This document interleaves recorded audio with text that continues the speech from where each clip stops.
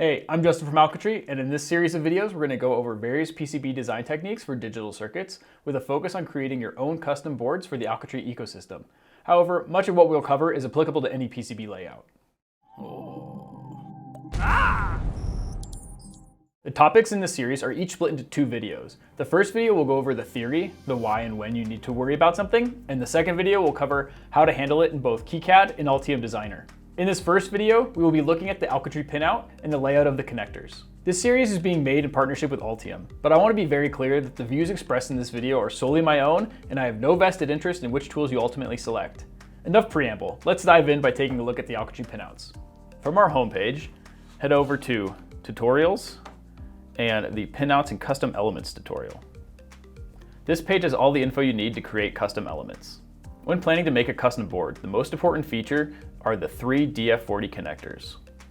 When looking at the board in its typical orientation, the top left connector is what we call the control header. It has pins for power, programming, and some other miscellaneous features. The large connector next to it on the top is the Bank A connector. This connector has a bunch of I/O. The last connector is the Bank B connector. It's similar to Bank A and has just a lot of I/O. The exact pinouts for each board are very similar, but they all have their own little differences. We can scroll down to dig into what the full pinouts are. Here I can click the pinout table to expand it for the AU. Let me zoom out so that it fits the page. Most of the I/O on an FPGA is interchangeable. Check out our video on FPGA I/O for details. However, some pins have additional functionality or limitations. On the AU, almost all of the I/O pairs can be used as differential signals. The two teal-colored pairs are the exceptions. The pair with the SDA and SCL suffixes also connect to the quick connector on the board. The pair with the 1.35 volt suffix runs at 1.35 volts instead of the standard 3.3 volts. These were extra pins on the bank used for the DDR memory that runs at 1.35 volts. They're not 3.3 volt tolerant, so be mindful of them when picking which pins you use. The gold pins with MRCC or SRCC labels are clock capable inputs. You should use these when supplying a clock into the FPGA. They connect to special dedicated routing resources that are important for distributing a clock signal to large portions of the FPGA. For the most part, MRCC and SRCC are interchangeable. You can dig into the Xilinx stock UG472 for the details if you want. If you're supplying a single-ended clock, it must connect to the P signal of the pair.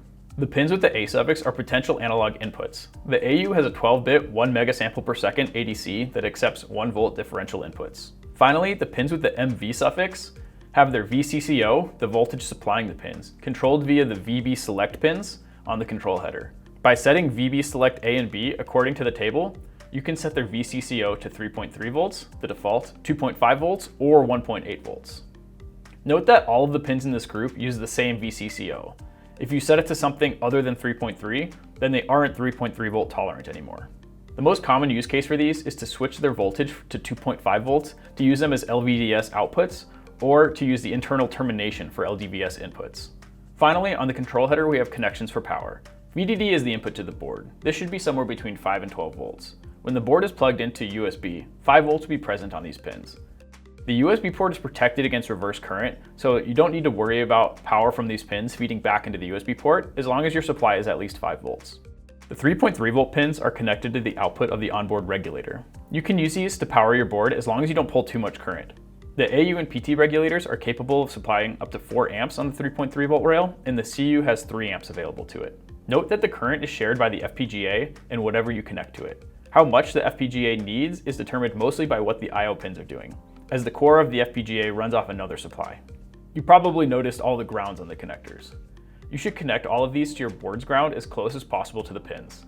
The ground on the control header is there for power, and the grounds on the bank header are there for return paths. These are critical for signal integrity.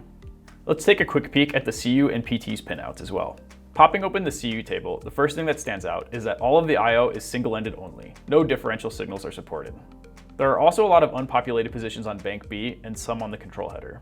This is because the CU's FPGA doesn't have nearly as many I/O pins as the AU, nor does it have an analog to digital converter. The CU's FPGA also calls its clock inputs GBIN, short for global input, instead of MRCC or SRCC, which are short for multi-region clock capable and single region clock capable respectively.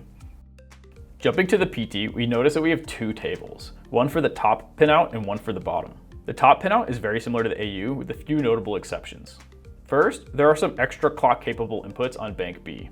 Second, the multi-voltage group is quite a bit larger and includes some clock-capable input pins as well. Finally, on the control header, the LED signals are no longer exposed, and instead there are extra I/O pins that are fully independent. Opening the bottom pinout table, we get even more I/O. At the top of the table, there's a warning about pin numbers. The numbers in the table are bank pin numbers and are directly below their topside counterparts. If you're using your own connector footprints, make sure to double check that these match up as expected. On the control header, where the LED pins would have been, we get even more independent I/O. These aren't shared with the topside. The pins labeled MGT are special pins that connect to hardware on the FPGA dedicated to fast I/O. They're capable of sending and receiving up to 6.25 gigabits per second with each pair. These pins can't be used as generic I/O. If we keep scrolling down on this page, we come to the PCB Layout section.